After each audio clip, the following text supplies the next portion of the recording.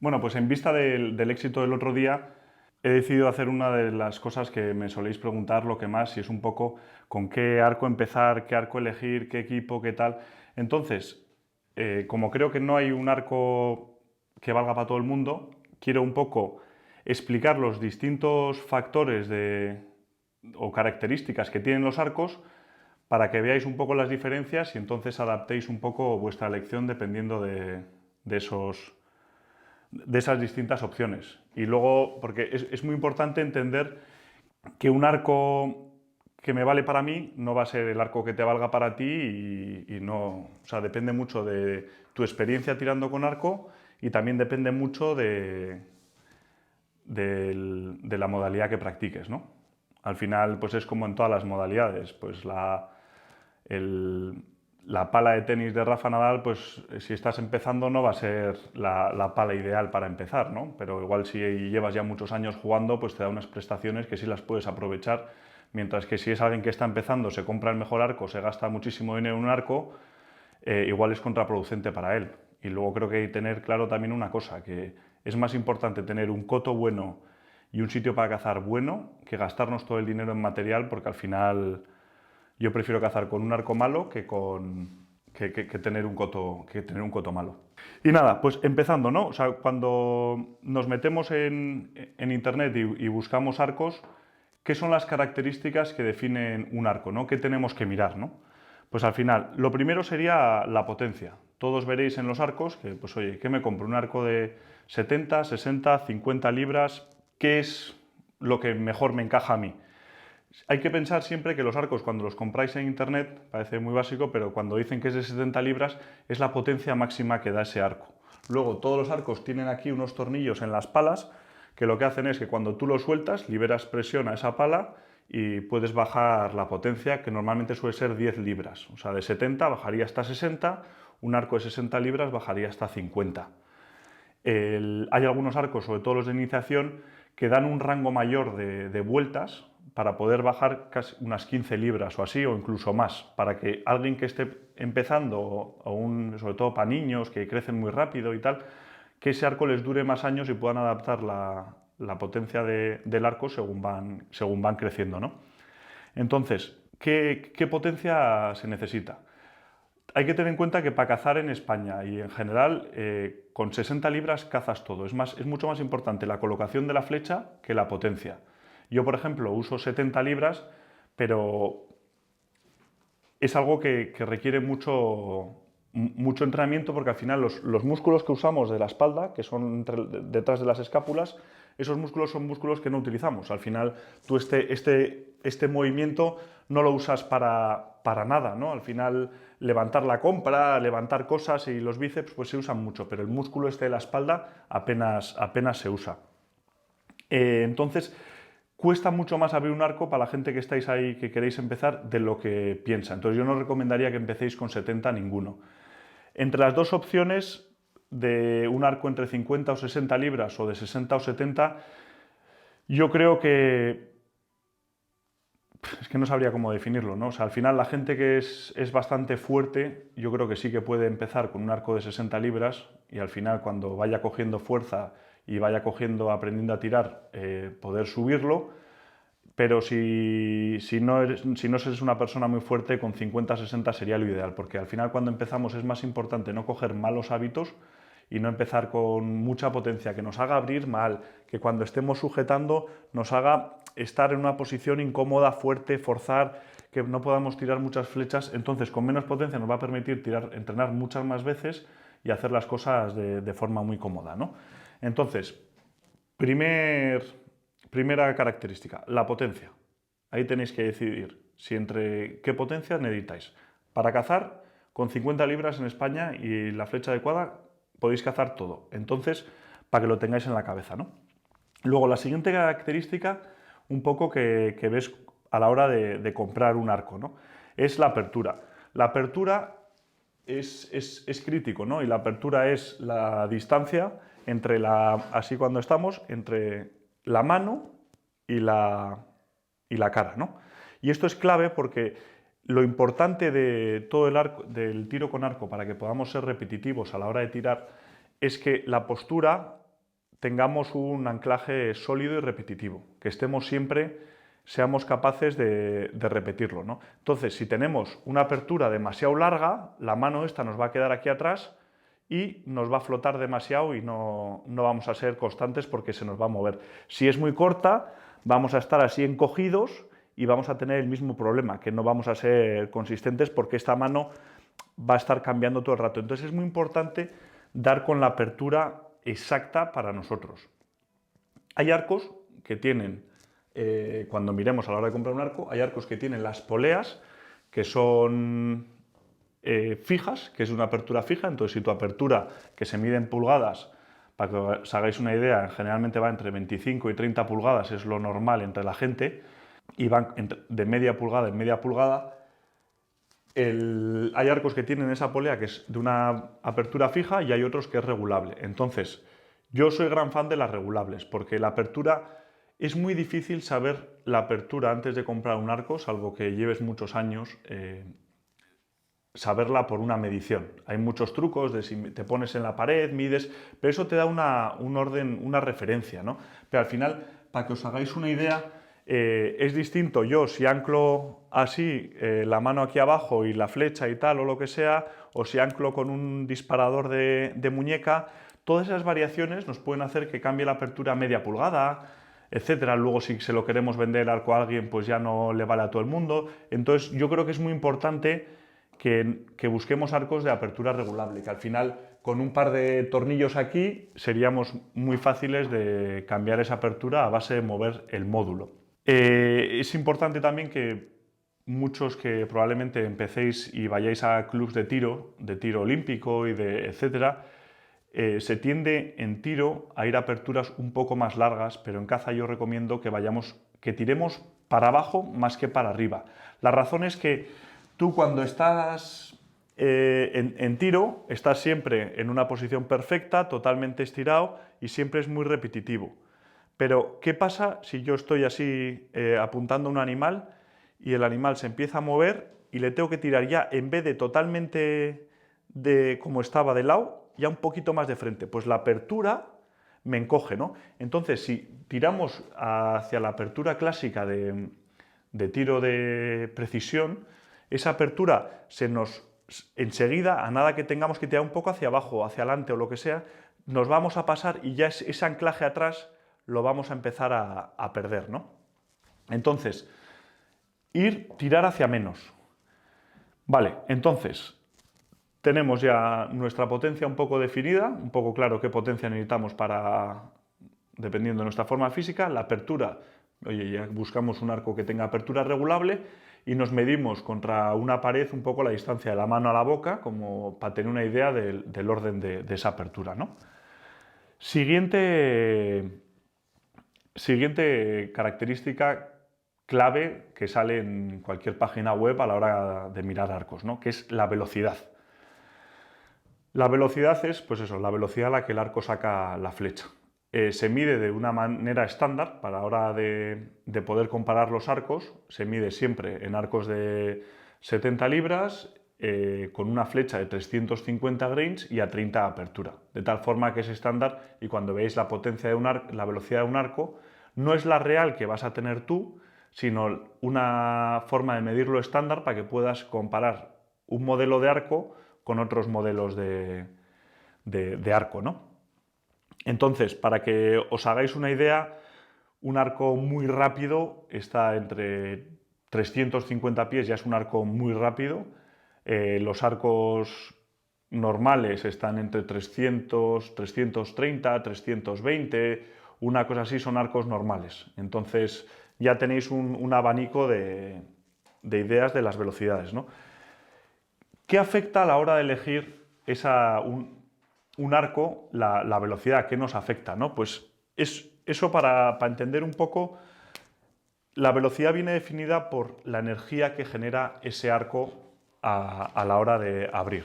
A mayor velocidad es básicamente, o sea, la velocidad, un arco es más rápido que otro por la forma que tienen las poleas, el diseño de las poleas de acumular energía, ¿no? Entonces, si nos hacemos una idea, tengamos aquí que esto es la apertura, ¿no? el eje este de aquí abajo es la apertura y aquí arriba sería la potencia, ¿no? Entonces, todos los arcos, esto sería nuestra apertura final y esta sería nuestra apertura inicial, ¿no? Entonces, la potencia, ¿cómo varía? ¿No? Pues una curva de un arco normal, cuando empezamos a abrir, empieza a subir la potencia muy rápido, llega hasta la parte de arriba, que sería nuestra potencia máxima, pues o 70 libras o 60 o la potencia que esto, y según vamos abriendo, llega un momento que baja y aquí es cuando la polea entra en juego, la potencia baja y cuando llegamos atrás, ahí se queda muerto y ya si intentamos tirar, como ya estamos en el muro, ya no crecería, ya se pondría súper duro porque el arco ya no abre más, ¿no? Entonces, este sería nuestro punto de anclaje, ¿no? Entonces empezamos a abrir el arco, se empiezan a cargar las poleas, las palas, y según llegamos al final, al principio está duro, duro, duro, llegamos al pico de potencia y luego ya baja y ya aquí llegamos al anclaje y ya nos podemos descansar para poder apuntar, ¿no? Que esa es esto. Entonces, toda esta parte de aquí abajo, toda esta parte de la curva, es el trabajo de esa polea en concreto, ¿no? Entonces, cuanto más superficie haya debajo de esta curva, más energía va a acumular esa polea, ¿no? Si hay poleas que tienen un diseño así, que suben muy rápido y se quedan muy planas arriba, y hay poleas más suaves, que lo que hacen es la potencia sube más suave, y es un ciclo más suave, más cómodo de abrir, pero veis, coge menos energía. Entonces, cuando coge menos energía, va a tener menos velocidad esa flecha. Entonces, a la hora de mirar las velocidades, tenemos que tener en cuenta eso, ¿no? Que a mayor velocidad, más crítica va a ser esa polea y más radical va a ser a la hora de abrir, etcétera, ¿no? Y es muy importante también que no nos obsesionemos con la velocidad. Hay que entender que la velocidad depende de varios factores, ¿no? O sea, la velocidad depende de nuestra potencia. Al final, si vemos aquí la curva, cuanto más potencia tengamos, esta curva subirá más arriba, imaginaos un arco de 80 libras, y trabajará más, saldrá la flecha con más fuerza. Y también depende mucho de la apertura. Cuanto más apertura tengamos, más tiempo está ese arco empujando la flecha para darle el impulso de velocidad. Entonces, y de hecho, la apertura, tenemos aquí, para que tengamos una idea, ¿no? Esto es un arco, la velocidad cómo afecta con la apertura, ¿no? Si le subimos la potencia, mucha gente dice, yo quiero más velocidad, le voy a subir la potencia, ¿no? Hay que tener en cuenta que cuando le sube la potencia, se la sube solo aquí arriba. Entonces, mirar un poco cómo la energía que ganamos solo por ganar la potencia. De hecho, no es tanta. En cambio, con que le ganemos una pulgada de apertura, que normalmente suele equivaler a 10 pies por segundo más, le ganaríamos todo esto, ¿no? Que al final es mucha más energía la que se gana con la apertura que con la de la potencia. Dicho esto, ¿qué más factores depende de la velocidad de nuestro arco real, ¿no? Porque eso es la de referencia para que podamos comparar, y hemos dicho que la velocidad por cada pulgada de menos que tengamos de apertura comparado con las 30 nos va a bajar unos 10 pies por segundo. También el peso de la flecha son 350 grains con lo que se mide. Pues tener en cuenta que eso para una flecha de caza es casi nada, ¿no? Entonces, si tenemos una flecha de caza de 450 grains, la flecha pesa más, al arco le cuesta más empujar esa flecha, entonces el arco nuestro va a ser más lento, ¿no?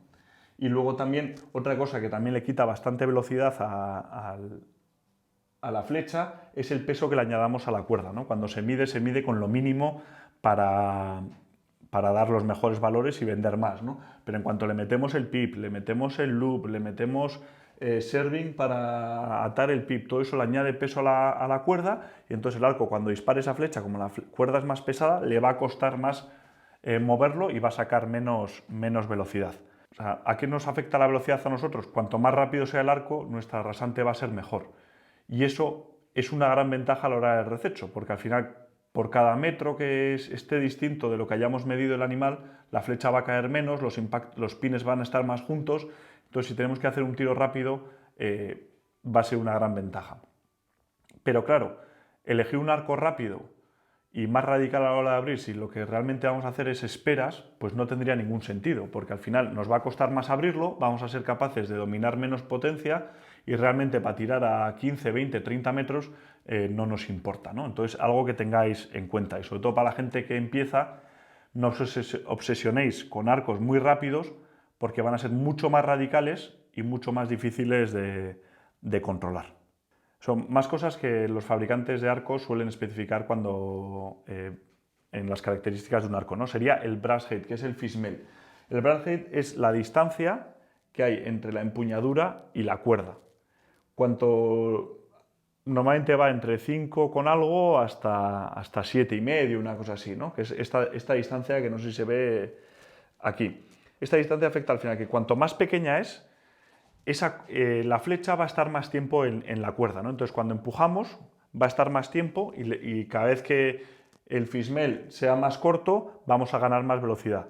También es verdad que siempre se ha dicho que los arcos son más críticos y es por esa razón, ¿no? Porque al final, al ser el Fishmel más corto, esa flecha está más tiempo siendo empujada por el arco y está más tiempo siendo afectada por errores que podamos tener nosotros a la hora de disparar, de meterle torque al arco, lo que sea, ¿no? Entonces, sí que es verdad que tampoco nos podemos fijar solo en el valor del brass height, porque hay un concepto que se llama el brass height dinámico, que lo que hace es que al final que un arco sea más crítico o menos crítico por esta medida no es no es tan directo, ¿no? Porque un arco rápido, al final la flecha va a estar menos tiempo que en un arco más lento, independientemente de la distancia esta, ¿no? Entonces, es más importante para que un arco sea crítico, más que solo el valor del brass height, es el tiempo que esa flecha está en el arco.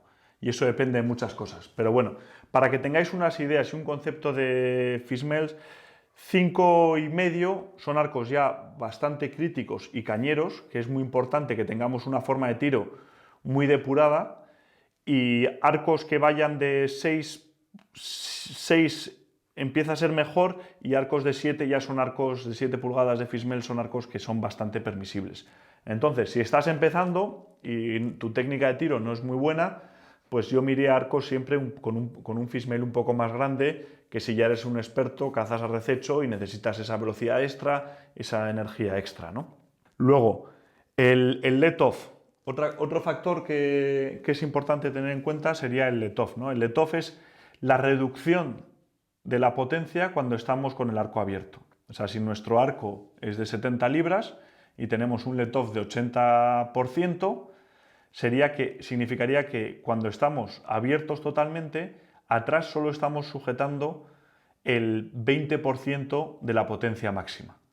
De tal forma que los let-offs van desde 65 hasta 90, una cosa así, y cuanto mayor sea el let-off, menos potencia vamos a tener que sujetar atrás. Dicho así, todo el mundo diríamos, oye, pues cuanto mayor sea el let-off, mejor, ¿no? Si el let-off es del 90%, voy a aguantar aquí poquísimas libras, ¿no?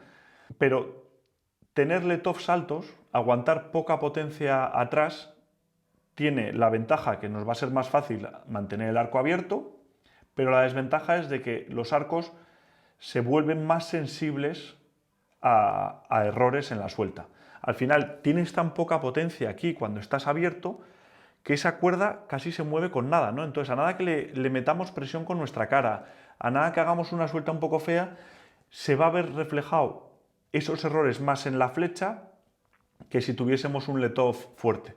Y luego también hay que imaginarse cómo empujamos la flecha, ¿no? Si la estamos aguantando con muy poca potencia atrás, vamos a empujar la flecha de repente de muy pocas libras en ese centímetro que es de cuando entra la polea y ya nos quedamos aguantando bien, vamos a empezar a empujar esa flecha muy radical, ¿no? Entonces va a ser de muy poca potencia, un empuje muy radical de la flecha. En cambio, si el let-off es bajo, si estamos sujetando bastante potencia atrás, hay que tener en cuenta que ese empuje de la flecha va a ser más suave y más progresivo y vamos a transmitir la energía del arco a la flecha de una forma más suave y va a ser más preciso. Y si nos fijamos en la gente de competición, la gente de competición para buscar sueltas más precisas usa let-offs bajos, o sea, aguantar mucho peso atrás, que serían pues el 65%, 70%.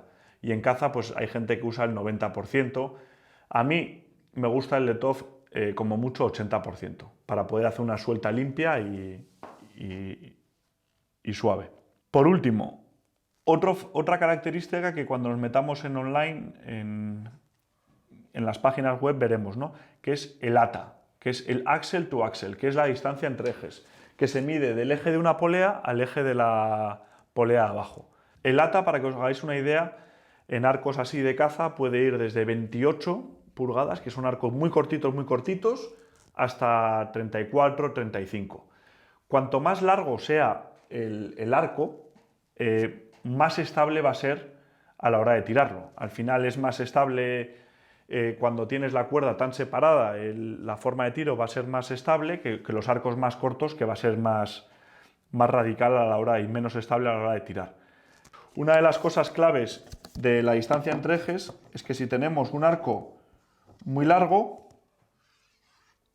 el ángulo de la cuerda va a cambiar respecto a un arco que sea un poco más corto, ¿no? Entonces, eso es muy importante que conozcamos qué nos gusta, porque a mí me parece que es interesante que ese ángulo de la cuerda nos quede muy bien en la cara, ¿no? Yo cuando abro, yo quiero tener el anclaje aquí bien puesto y que esa cuerda pase por la comisura del labio y me toque la nariz sin tener que agachar la nariz o la cabeza o lo que sea, ¿no? Entonces, si el arco entre ejes es muy corto, ese ángulo aquí va a ser muy cerrado y va a hacer que pierda ese punto de referencia sobre la cuerda. En cambio, si el arco es más largo, va a ser más fácil que me toque esa nariz y tener otra referencia extra. Y aquí viene un poco lo del botón de boca. Al final, el botón de boca es una siguiente referencia. Tenemos varios puntos de referencia a la hora de tirar y a la hora de repetir nuestro anclaje de forma constante, que sería la posición de la mano en la cara. Buscar, dependiendo del tipo de disparador, que el nudillo se nos meta aquí debajo de la mandíbula, que este otro nudillo, buscar punto de referencia con la estructura de huesos de la cara para poder repetirlo siempre en el mismo sitio. El botón de boca es un aparato que ponemos en la cuerda para buscar una referencia extra en la cara y así poder repetir esa posición más, ¿no? Que iría aquí en la comisura del labio. Sí que es verdad es que el labio es una referencia que puede engañarnos un poco, porque al final el labio es un tejido que se mueve mucho, ¿no? Entonces sí que te da una idea, pero es muy fácil que se nos mueva bastante, ¿no? Y luego el siguiente punto de referencia sería la nariz, que esa cuerda nos toque, no vaya por el lateral de la cara, sino que nos toque la nariz, la cuerda, la apoye, y luego estaría el pip, que el pip es nuestra referencia para saber que estamos siempre bien alineados con el visor, ¿no? Entonces esos serían nuestros distintos tipos de referencias.